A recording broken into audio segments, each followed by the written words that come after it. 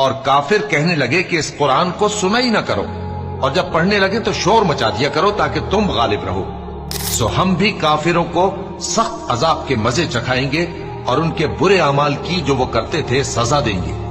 یہ اللہ کے دشمنوں کا بدلہ ہے، یعنی دوزخ، ان کے لیے اسی میں ہمیشہ کا گھر ہے۔ یہ اس کی سزا ہے کہ ہماری آیتوں سے انکار کرتے تھے۔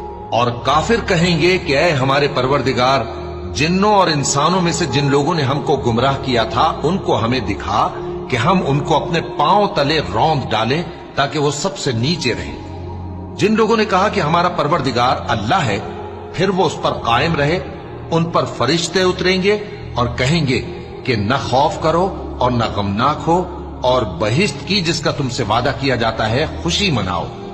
ہم دنیا کی زندگی میں بھی تمہارے دوست تھے اور آخرت میں بھی تمہارے رفیق ہیں، اور وہاں جس نعمت کو تمہارا جی چاہے